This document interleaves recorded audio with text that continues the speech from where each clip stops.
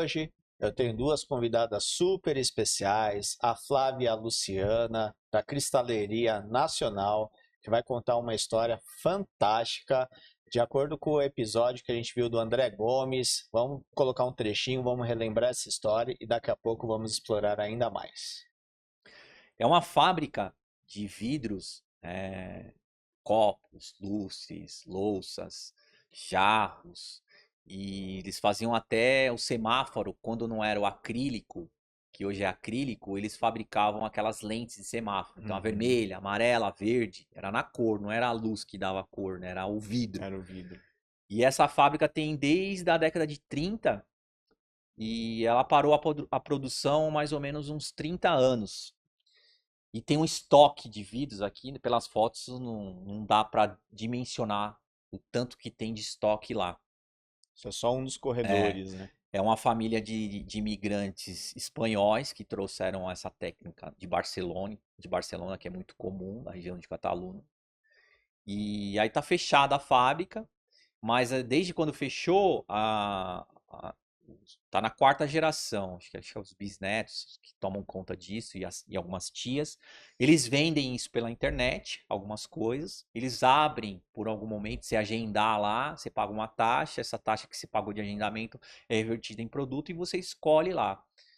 E aí a bisneta ou a neta tá promovendo, vai ser demolida essa fábrica, né? Uma construtora já comprou o terreno, não só dela, mas outros, na região do Belenzinho. E ela está querendo fazer um documentário sobre a história da família dela, sobre a história dessa produção de vidro. E ela me convidou para entrar lá na fábrica. E eu percorri toda a fábrica, tirei mais de 1000 fotos para ela financiar um documentário. Preservar a memória, né? Isso. Então vai preservar, porque logo vai demolir. Só que ela tem 1 ano e meio para deixar esse lugar aí. Então ela vai ter os registros, eu ajudei ela a divulgar também no post dessa publicação, quem puder colaborar, aproveitando aí a oportunidade, que ela quer documentar isso em áudio e vídeo. A última foto, naquela época lá, o proprietário, ele tinha a ideia de trabalhar home office, então em cima da fábrica era a casa dele. É uma casa fantástica, aqui só tem um recorte da sala ali de jantar e da sala de estar, mas no escritório aí embaixo e em cima era a casa dele. Como vocês viram, é uma história legal. O nosso podcast ficou muito sensibilizado por toda essa história. Eu adoro história também. Então, fiz questão de convidá-las aqui para contar um pouquinho, né, toda essa trajetória. Afinal de contas, não é fácil uma empresa passar por 4 gerações, né, cheio de dificuldades e a própria inovação, a própria tecnologia também. Então, hoje a gente vai contar um pouquinho dessa história. Vocês duas são bisnetas do fundador, é isso? Sim, bisnetas e netas, né? A cristaleria foi fundada pelo nosso bisavô, Lourenço, e junto com o nosso avô, que é Lourenço, que na época tinha 19 anos. Nossa, super jovem. E foi fundado em 1937, Isso. no bairro de Belenzinho, aqui em São Paulo. Isso. Mas eles já trabalhavam no segmento? Como surgiu a ideia? Vocês sabem mais ou menos como surgiu isso? O nosso bisavô, ele era vidreiro na Espanha, e aí ele veio junto com o irmão, em um determinado momento da história, para montar fábricas de vidro na América Latina. Então não era só Brasil, eles tiveram na Argentina, tiveram no Uruguai. Eram filiais também? Não eram filiais da cristaleria, não. Eles montavam a fábrica, por exemplo, você queria ter uma fábrica de vidro, você não sabia por onde começar. Então eles vinham com esse know-how, montavam tudo e deixavam ali para a pessoa seguir aí a produção. Não ficavam com a produção. Aí até que eles entraram no Brasil ali pelo Rio Grande do Sul, tanto que o nosso avô ele nasceu em Porto Alegre. Gaúcho. Mas assim, por uma coincidência do destino, porque poderia ter nascido na Argentina também, em qualquer outro lugar. E aí eles acabaram chegando em São Paulo, montaram uma outra empresa primeiro, que chamava Cristaleria Cruzeiro, e depois, só que já separado do irmão, ele abriu com o filho a Cristaleria Nacional em 1937. Daí para ser uma cristaleria dele mesmo. E o que é interessante é que na ocasião existiam muitas. Sim, ali no Belenzinho acho que chegaram a ter 20 bairros. Tudo ali concentrado, existe uma concentração ali no bairro. Sim. E, e é interessante também a história, porque assim, quem vê a fachada, eu tentei até achar uma foto da fachada, mas não consegui, né? Depois eu vou pedir para o André me mandar algum, se vocês tiverem. Mas não dá uma impressão da dimensão que é aquilo. Não, né? não. Porque também o terreno ele abre para dentro, né? A fachada é estreita até, perto do que tem lá dentro. É verdade que ali chegou a trabalhar 800 pessoas?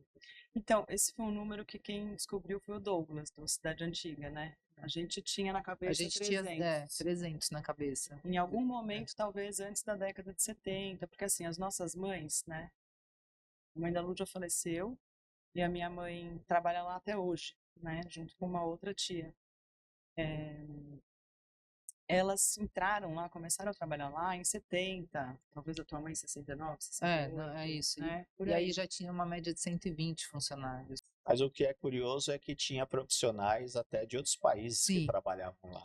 Sim, na década de 60, nosso avô trouxe 4 italianos de Murano para ensinar essa técnica e foram produzidas inúmeras peças, inúmeras peças. A gente até hoje tem peças produzidas por essas pessoas que vieram na década de 60, comecinho da década assim, de 60. Eles ficaram uns 3 anos, então eles devem ter ido embora em 64, mais ou menos eles foram embora. Você até relatou que eles implementavam cristaleira, né, as indústrias e tal. O Brasil não tinha na ocasião ainda esse know-how, era uma técnica que tinha muito fora, mas aqui no Brasil ela praticamente não existia, ou existia, mas não era amplamente. Existia, sim. Acho que ali já tinha essa tradição. O bairro do Belenzinho, acho que eles escolheram ali porque já tinha essa tradição. Tudo. Lembrando que naquela época as embalagens, as coisas eram tudo em vidro, né? Sim. Mas eles vendiam muito, assim, por exemplo, para restaurantes, clubes, hotéis. Então, e muitas vezes o hotel vinha e dizia, olha, eu quero um copo assim. Eu fazia sob medida. Então, isso que a Luciana falou, que tem muito produto lá, né? Assim, eles são muito diversificados, eles não têm uma identidade só. O vaso dublê não tem nada a ver com o vaso de Murano, né? Assim, então não era uma produção em escala, nem em massa, era muito artesanal, individual. Muito artesanal, realmente. Eram praças, né, que eles chamam. Então, cada praça fazia uma coisa. E, às vezes, alguns copos que tem pé, o gambo e o pé, que ele tem uma perninha, são 3 pessoas que estão trabalhando ali. Uma fazendo a parte de cima, uma fazendo a parte do meio e uma fazendo o pé. E todas têm que casar rapidinho para dar tempo de fundir junto. É uma arte, é realmente um trabalho super artesanal, super. E o conhecimento dessa arte avançou na família até que geração? Chegou até vocês ou não? Eu cheguei a ir lá bastante com a fábrica funcionando, porque eu sou a mais velha dos primos e a minha mãe era a mais velha das filhas. Então você acompanhou. Eu vi a fábrica funcionando a todo vapor e eu me lembro bem, eu tenho essas memórias, mas assim, de aprender a técnica, de saber soprar, isso parou lá no nosso bisavô, porque acho que nem o nosso avô não sabia a técnica exatamente, porque é uma coisa muito especial, realmente, é um ofício que é uma arte. Bem difícil. A gente que vê pronto não tem ideia da complexidade. Não. É muito artesanal, mas ao mesmo tempo não é nada delicado. Né? Você tem que aguentar aquele calor e tem uma urgência e ao mesmo tempo uma precisão. Né? E o que eu ia te falar também é que as cristalerias, de alguma forma, elas funcionavam como escolas de vidreiro, porque as pessoas iam aprendendo lá dentro, né?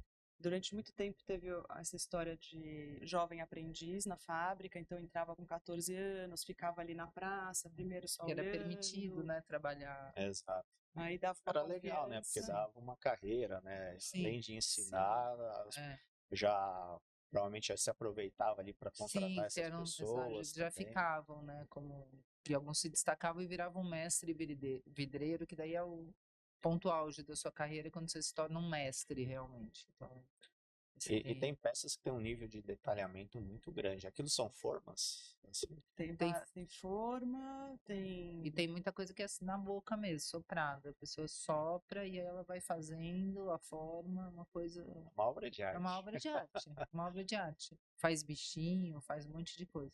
E o grande forte da Cristaleria Nacional foi as cores, né? A gente tinha um colorido diferente, acho que por conta do meu bisavô, aliás, com certeza por conta dele, ele trouxe essa fórmula, porque era tudo uma fórmula, tinha um caderninho com as fórmulas escritas, e você põe uma composição de areia com alguns outros produtos e transforma num vidro colorido. E aí... As cores não é algo que você Não, coloca lá pronto. não é uma tinta, é um caderninho de receita, é uma receita. Que é um segredo, Então, né? Um tipo, caderninho pro azul põe mais cobalto, outro põe mais não sei o quê, mas sempre tem a base que é a sílica, né? Ainda existe esse caderno com essa receita? Existe. Sim. E a minha mãe que era responsável por essa parte da química, então depois eu virei engenheira química, talvez por isso.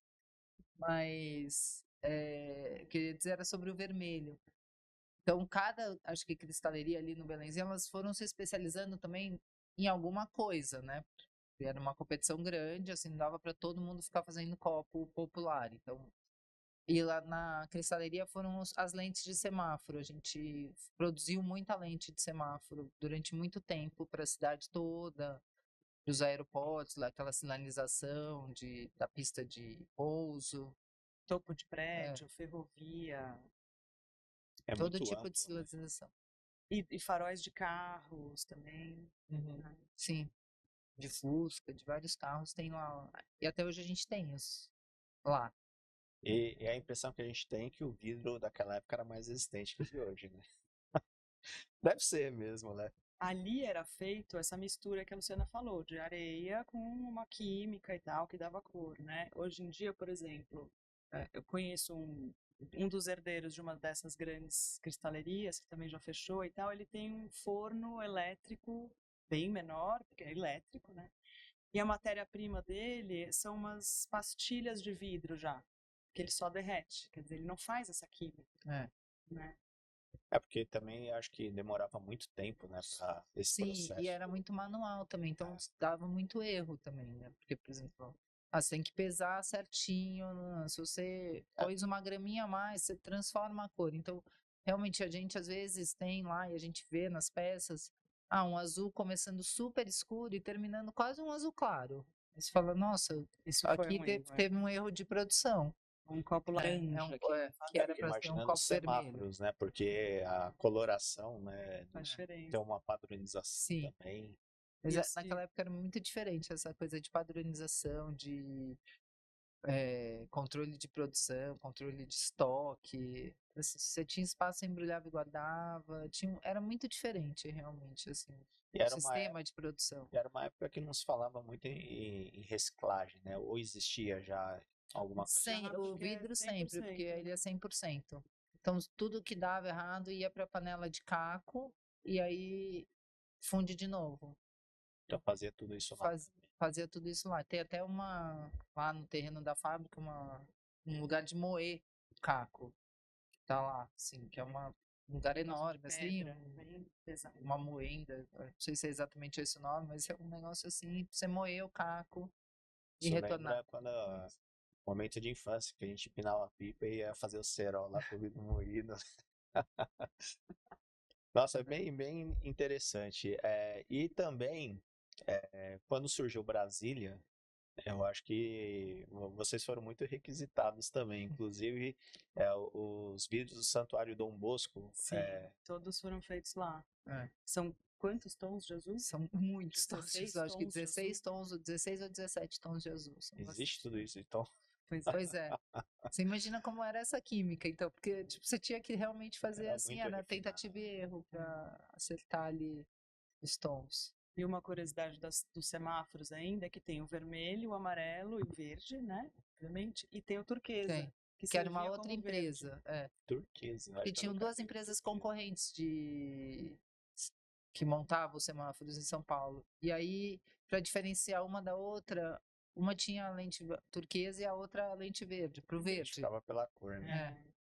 E além disso, eles faziam, não sei se foi uma época, mas uns produtos para laboratório. Então, aqueles beckers, né? Sim, pipetas e muito produto dentário também, para dentista. Para misturar as massinhas, para apoiar os instrumentos. E a atuação dela era no Brasil todo? Chegava a exportar também? Não, acho que não. Exportar não. Imagino que vocês têm ideia mais ou menos de quantas peças eram produzidas por mês, assim? Também não tem que saber, né? Pois é, esse dado a gente não tem, assim. Mas eram bastante peças, porque teve muito sucesso. Assim. É isso. E era muito escala diferente, assim, porque ao mesmo tempo tava fazendo esse negócio de dentista, tava fazendo copo pro Jockey Club, tava fazendo lente de semáforo, então era uma gama grande de produtos bem diferentes. E aqueles lustres também, né? Sim. Acho que isso faz diferença, assim. Tem copo de cristal e copo de vidro, e tem o cristal lapidado, né? E aí esses lustres que são feitos de cristais lapidados com muitas peças, aqueles Maria Teresa, né? Que são enormes, né? Que deviam estar nos hotéis, nos restaurantes, nos clubes também. E lá tinha uma linha de produção assim de produtos assim de linha, podemos dizer assim, e outra linha mais assim para produtos personalizados ou não?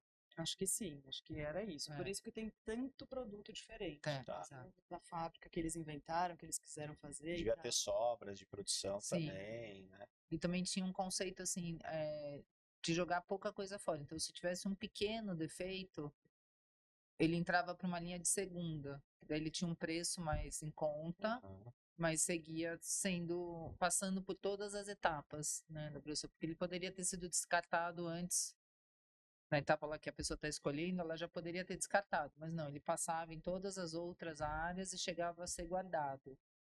Então, tem um conceito aí também diferente de produção que não é exatamente como é hoje, né? Legal. A gente trouxe umas fotos aqui, vamos dar uma olhada nelas? Esse era o logotipo ou era só um anúncio, alguma coisa? Isso era um anúncio de jornal. Curioso que o telefone é 5 e ele continua, 923221 ainda tem lá. Só complementou. Complementou para cima do 9 ali. E sempre foi no mesmo endereço? Sempre. Porque, então, foi construído lá para esse fim. Inclusive o imóvel não era pronto, ele foi construído. Não, eles construíram tudo, assim, com tubulação subterrânea de óleo para alimentar os fornos. E uma casa na frente. Tem uma casa ali grande, né? Sim. Os 3 quartos. Em cima, né? Em cima, na fachada, é uma casa onde nosso avô morou lá, várias outras pessoas da família moraram lá. Ele não pegava trânsito, né? Ele inventou o conceito do home office. Foi ele que inventou. E assim, tem o escritório, e o escritório dele, porque o nosso bisavô era o vidreiro, o artesão e tal, ele estava lá dentro, né? E o nosso avô era o administrativo, ele tinha ali um escritório do lado do faturamento, sei lá, né? E é dessa porta, dessa sala que tem uma porta para casa. Então, realmente home office total. Ele descia para o escritório. Com vista para a produção da cozinha. Da cozinha, minha avó checava a produção. Olha a inovação, isso na década de 30. Nossa. Aí é uma foto da fábrica? Essa é uma das únicas fotos que a gente tem da época de produção e é muito legal. Que é na lapidação. 3 mulheres aí, não tem nenhum homem, porque era um lugar de homens, né? Basicamente. Depois a gente chega nessa questão aí da geração anterior. Então era um segmento de predominância masculina. Total. Nas praças, totalmente, 100% só homem. Os vidreiros só tinha homem, não tinha nenhuma mulher soprando vidro. Na cristaleria tinham algumas mulheres trabalhando na lapidação, que essa foto ilustra isso. Você vê pelo tipo de atenção ali, né? Você vê que é um negócio realmente bem artesanal. Aí é um do stand que a gente participou dessa exposição, que foi do 4º centenário da cidade de São Paulo, que foi lá no Parque do Ibirapuera. E nesse momento o Getúlio, ele era o presidente do Brasil. Então, quando ele passou para inaugurar ali o parque e tal, eles tinham feito para ele um vaso de dublê que tem gravado o rosto dele. E aí fizeram 2, tem um com a gente ainda. Então tem um que foi dado para o Getúlio nesse momento aí, quando ele passou no stand. A gente precisa procurar. E o outro, a gente não sabe onde foi parar esse do Getúlio, mas o outro tá na fábrica. Na presidência não tá. A gente não sabe exatamente onde está. E tem uma cópia com a gente na fábrica. Esse é o nosso avô, Lourenço Flor Júnior. Um vaso dublê, que é esse que é uma técnica que veio da República Tcheca. São 2 vidros fundidos juntos e daí lapidado na cor, né? E cada quanto mais lapidação como esse, é bem lapidado, aumenta o valor da peça. O nível dos detalhes também. Sim. E é verdade que seu avô foi presidente do Corinthians? Foi. Foi. Não me interessa, como bom corintiano, não me interessa. Em 47 ele foi presidente do Corinthians. 47 a 49, o presidente. E a sala de troféus lá do clube chama Lourenço Flá Júnior. Ah, é? E ele que fez as piscinas ali no parque aquático. Vou prestar atenção, já fui muitas vezes lá, mas não tinha reparado nisso. E essa taça existe lá também, na sala de troféus? É a taça Lourenço Flá Júnior, troféu, né? Ainda bem que o Corinthians ganhou de São Paulo. Pois aí, né? Ganhou bem. Muito bom, 62. Essa é aquela pecinha dos aeroportos, né? Isso. Os sinalizadores, é isso? Isso. E isso precisa ter uma resistência, acho que grande também. Sim. Ela é super grossa. Em Congonhas, até hoje, é essa daí. Mas ela tem uma lâmpada interna ou ela é um tipo de material que ela se reflete? É refletável. Essa é uma lente de semáforo. Elas são bem grossas, bem pesadas também. E tem uns detalhes também, ele não é liso, né? Não, mas esse é uma forma, realmente. Esse aí era colocado numa forma. Porque tem também esses produtos que são os prensados, que é o caso aí da lente. Daí põe o vidro derretido dentro da forma e prensa a forma. É uma outra técnica, não é? E tem alguma coisa relacionada, por exemplo, semáforo, você tem que ver numa distância maior. Então, tem algum tipo de técnica para que a luminosidade seja vista mais à distância ou menor? Não sei. A gente não sabe. Eu sou curioso mesmo. Essa pergunta nossa, muito ninguém fez essa pergunta pra gente ainda. A gente leva pra casa as perguntas. A lição de casa, a gente depois faz essa lição de casa. Esse é o mostruário, ainda existe, tá igualzinho lá. De quando e aí, olha esses lustres maravilhosos. E aí estão praticamente todas as peças que foram produzidas ao longo desses anos de 37 até 2000. Tem uma cópia aí, alguma peça tá aí. E aí o nosso estoque, as peças que a gente tem em estoque, acho que representam o quê? Metade do mostruário. Um terço. Então, a maioria, 2/3 desse mostruário são peças únicas. E lá no fundo, não dá para ver aqui, mas são as mais bonitas lapidadas. Tem jogo de jantar com poncheira, tudo vermelho lapidado. São super bonitas. E ali no canto de cima também tem esses vasos específicos, aquele japonês, do Getúlio. E dá para ver ali também os muranos, né? Tem um pé de abajur ali de murano, tem essa cornucópia, que é um negócio decorativo, que é um objeto decorativo, sem função, enfim. E o objetivo era produzir para revendedores, não fazia venda direta. Fazia venda direta. E tinha os vendedores que saíam por ali com os catálogos, cada um tinha sua praça, né? Porque como tinha muita coisa diferente, né? Eles eram assim, um vendia para dentista, outro vendia para semáforo. Isso a gente tem bastante foto antiga de catálogo. Né? Sim, catálogo temos muito. É muito interessante porque tem umas fotos tão antigas que eram branco e preto e os produtos são todos coloridos. Tem que colocar numa inteligência artificial para colorir. Verdade. Aí é uma foto para mostrar a diversidade que tem na fábrica, né? Tem garrafa, copinho, copão, vaso, desde itens mais simples até num nível de sofisticação e refinamento gigantesco. Esses são os lustres que eram vendidos na Santa Efigênia, na verdade. Antigamente a Santa Efigênia que era a Rua das Luzes, né? Não era a Consolação.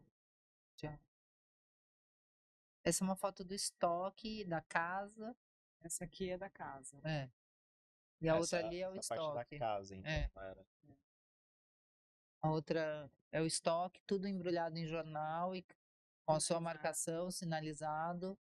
E tem um mapa mental, principalmente na cabeça das nossas tias, das minhas tias, né? Da Flávia, uma delas é a mãe, então elas sabem, assim, a gente fala, tia Célia, precisamos dessa garrafa X. Ela fala, sobe no segundo na prateleira 10. Tá. E acerta sempre, assim, impressionante. Aí mais estoque. Aqui é a sala, é o armazém, que é a expedição, assim, onde as peças são escolhidas, embrulhadas. E ali no fundo dá para ver os muranos de novo aparecendo, eram garrafas, eles fizeram várias coisas. A fábrica fechou em 2006, é isso? Não. Ela não fechou, na verdade. O forno, eles desligaram o forno definitivamente em 2000. Tá. 2006 é a data de falecimento do nosso avô. Tá. Então, deixou de produzir, as últimas peças foram produzidas no ano 2000. No ano 2000. Mas porque como empresa ainda existe, a cristaleria ainda existe. Tá bem. Mas eles começaram a fazer o forno intermitente em 92. Eu achei um caderninho que tem essa anotação, né? Então, de 92 até 2000, produção já... A cada ano, sei lá, primeiro funcionava meio a meio, foi diminuindo. Então, descobri isso essa semana porque a gente está gravando um documentário e a gente fez as entrevistas mais importantes essa semana. Então, que quando desligou em 2000, não é assim, pronto, agora chega, agora acabou, vamos decidir, não vamos ligar mais. Foi mais uma vez que desligaram e aí não voltaram a... Voltou mais. Porque dependia, às vezes tinha uma demanda que, por incrível que pareça, tinha 1 milhão de coisas no estoque, mas precisava de uma peça, o cliente queria aquela peça. Então, eles continuaram essa produção para atender essa demanda. Né? Estamos falando de 25 anos. Muita coisa foi vendida de lá para cá. Qual que é o tamanho desse estoque na ocasião, você lembra? É maluco pensar que era maior. Ele ainda é muito grande. Hoje tem quantas peças? Tem ideia? Hoje tem eu diria mais de 20 mil peças. Né? E tudo catalogado? Ou... Dessa forma mental. Tá. Né? Sim. Escrita, realmente pouco. Tipo, escrita deve ter umas 500 peças escritas. Mas tem um volume 20 alto. mil peças ainda. Porque era isso, o terreno ele engana muito, ele é um terreno muito grande e esse método de produção que não desligava o forno, então eles seguiam produzindo assim, constante. Por isso que tinha um estoque alto, porque não parava a produção. Não parava a produção. O forno ele nunca desliga, mesmo esse elétrico, ele não desliga nunca. Porque o setup é muito caro. Tá. Como era a óleo, então era pior, né? Então não dava pra... Compensa fazer estoque e depois dar um jeito de vender do que parar tudo e depois startar também novamente. Pelo sistema, assim, da produção também, eles acabavam embrulhando essas coisas que deveriam ter retornado como sucata e eles não refugaram nada. Então foram embalando, coisas que... E eu acho que mais da metade do estoque são taças que iam ser lapidadas e não foram. Então, elas são lisas, mas elas estavam lá esperando esse momento, que não chegou. E tem, você sabe hoje qual a peça mais antiga? Não. Quando elas disseram que são os dublês. Pode ser. Sabe mais ou menos de que ano? Então, porque eles foram um sucesso. Acho que talvez foram os primeiros produtos de sucesso. De sucesso e tal. Então, eles devem diferentes ter sido também, feitos porque bastante nessa época, década de 30 ainda, 40. O auge de venda, de produção, que década foi? Eu acho que é 50, 60. Eu diria também 50, 60. 40, porque em 50, 70 60. Você tem aquelas crises do petróleo também. Aí o óleo começa a ficar muito caro. Aí você vai tendo esse problema de abastecimento. Segundo o relato assim, das nossas tias, que teve que comprar no mercado negro, por exemplo, não tinha mais gasolina disponível, óleo disponível. Então você comprava por fora, aumentava muito o valor do produto, enfim. E aí começa uma decadência nesse momento. E o advento do plástico também. Ele leva o vidro a ter uma decadência, né? Isso foi na década de 90, mais ou menos? Acho que 80, né? 80. Por aí. Os 70 e 80 foram anos muito complicados. E aí eles chegaram sem fôlego nos anos muito especializado. E essa história do menor aprendiz, uma hora parou, né? Uma hora não teve mais. Mudou a CLT, aí você não tinha mais esse menino que quebrava um galho ali, abria a forma para o cara jogar o vidro. Daí você já tem que empregar pessoas realmente de idade para fazer, enfim. Começou a complicar. Super. E acredito eu que a maioria das indústrias do mesmo segmento passou pela mesma situação, né? E hoje ainda existem indústrias ativas ou não, dentro dessa filosofia? De manual, assim, de soprar, não. Acho que não, né? Tem as grandes que todo mundo conhece, né? Que viraram outra coisa. Que... Virou algo industrializado mesmo, né? Sim. Aí é uma foto do forno, né? Aí é o final da produção. Aqui é o final da produção que eles chamam de têmpera, que eram umas esteiras onde o vidro vem para ele ser resfriado. Ele já pronto, como produto, ele ficava, era uma esteira contínua, ficava girando assim por baixo. Ele vem na esteira para ir resfriando, senão você não consegue pegar, né? Muito temperatura quente. muito alta. Vem muito quente. Do lado de lá dessa parede estão os fornos. Tem a continuação dessa esteira e os fornos estão lá na outra extremidade. E era forno a óleo. A óleo. Bem interessante. É engraçado que eu tinha a percepção que o forno tinha um dimensionamento maior.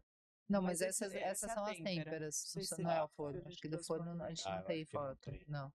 Mas não é também um forno só, como um forno de pizza. Não é assim.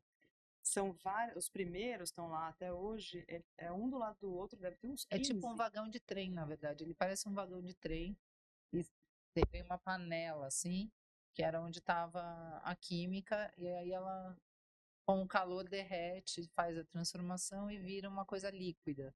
Mas não super líquida, porque você tem que ter uma viscosidade para poder soprar. Então, uma pasta, vira uma pasta.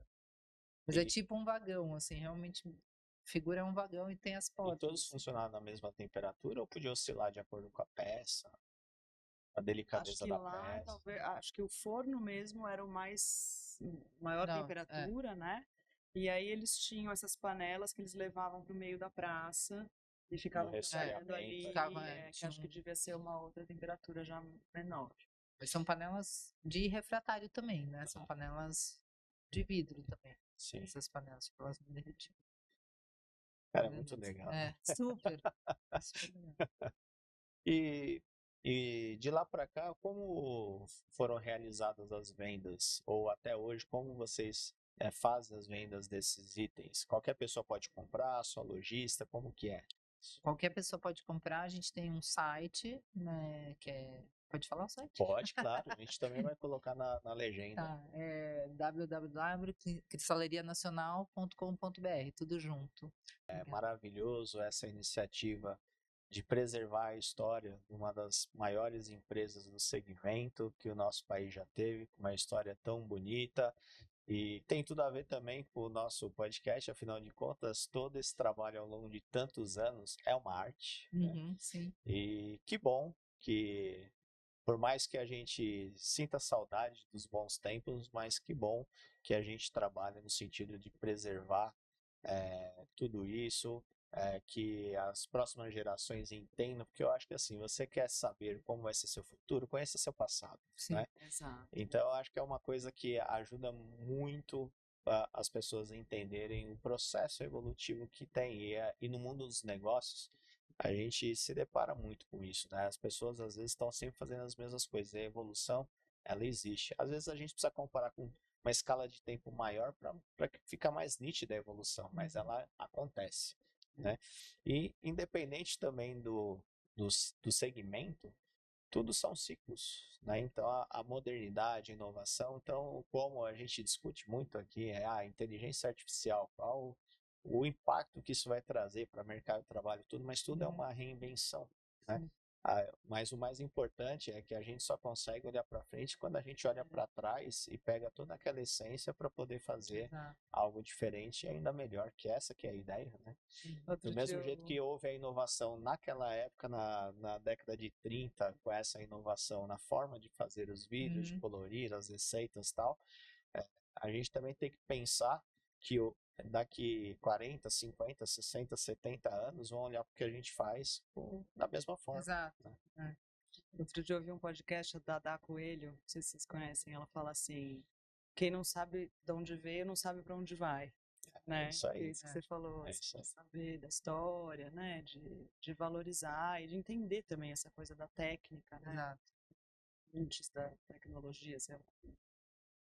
Flávia, um recadinho final aí para quem está nos assistindo, o que você gostaria de falar para nossa audiência? Bom, eu vou pedir para todo mundo participar, então, né, acompanhar as notícias lá do filme, quem puder contribuir, quem souber de alguém que talvez queira contribuir, entre em contato com a gente. Luciano, um recadinho final. E aproveite e entra também no site da Cristaleria e compre uma pecinha lá para ter na sua casa um pouco dessa história de São Paulo também. E uma pergunta: qual a peça que você mais gostou de todas que você viu? De todas que eu vi, essa pergunta é difícil também, hein? Eu gosto de fazer pergunta Tem difícil. muitas peças Tem que a muitas gente não peças. consegue gostar delas. A gente Se fala, você me falasse qual que você detesta, eu ia saber. Garrafa Nancy, É, essa você já sabe. exato, era Mas aquela fácil. que mais que eu te mais chamou a atenção gosto. por ser diferente, algo, sei lá. Não, os Muranos. Os né? Muranos, Os os são muito Muranos. lindos.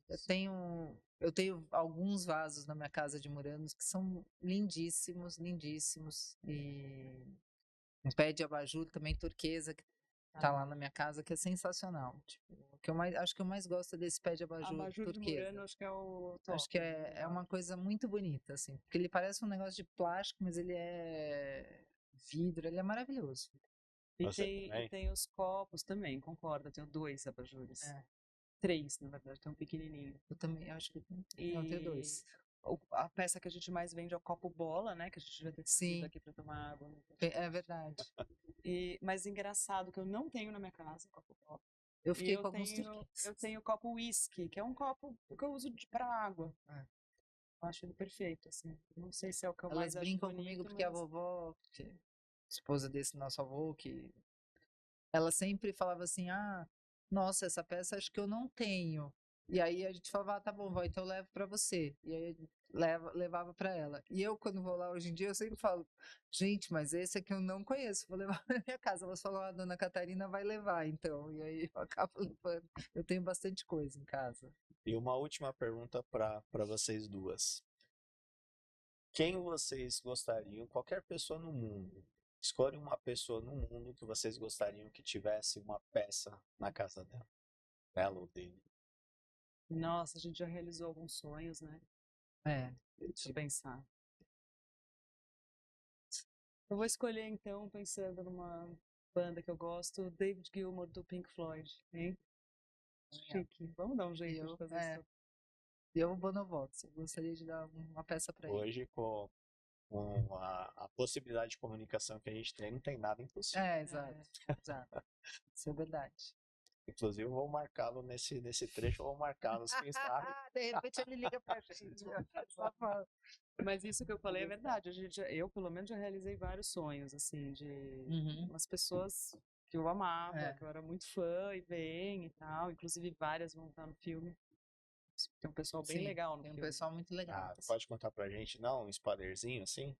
Posso. Assim, eu posso falar pessoas que eu convidei para darem depoimento. Uma delas é o Felipe Morosini, que é um artista. Os Gêmeos. Os Gêmeos, gente. Os Gêmeos eu me lembro. Quando eu falava, você não sabe quem tá aqui na fábrica, os Gêmeos. Eu falava, meu Deus, não é possível. Eu tinha acabado de ir numa exposição deles no Rio. Não, e fiquei enlouquecida. Eu falava, eu quero ir, Flávia. Eu acho que eu vou aí agora. Foi engraçado porque eu ia lá na cristaleria com o Colé, que é do filme, né? Que é o diretor de fotografia do filme. Para ele fotografar e pensar já numas coisas de locação e tal. E ele me ligou no dia antes e falou, olha, eu tô aqui com os meus amigos, os Gêmeos, eu sou amigo deles. E eles souberam agora que eu vou lá amanhã e eles viram a foto e querem muito ir comigo. E eu falei, bom, deixa eu olhar aqui minha agenda. Vamos lá, né? E aí isso foi muito legal, assim, porque eles realmente se envolveram muito com a história, com lugares, saíram de lá pretos, sujos de tanta poeira, assim.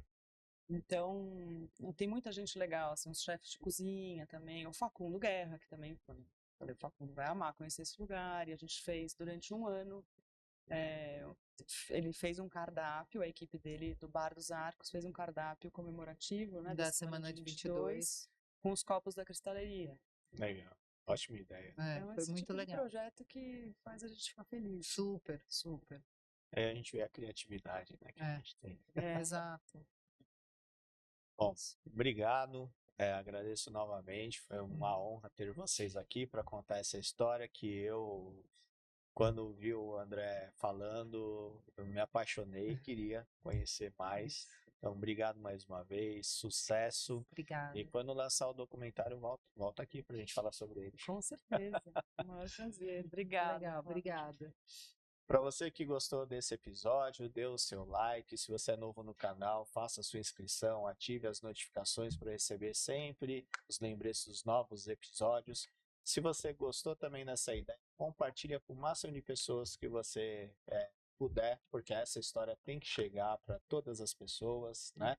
Coloque seu comentário também e vamos dar uma força também, vamos ter uma peça na nossa casa única, especial, uma peça histórica que eu tenho certeza que toda vez que você olhar para ela, você vai se lembrar de toda essa história e você vai sentir muito prazer em fazer parte dessa história. Obrigado e até o próximo episódio. Um abraço.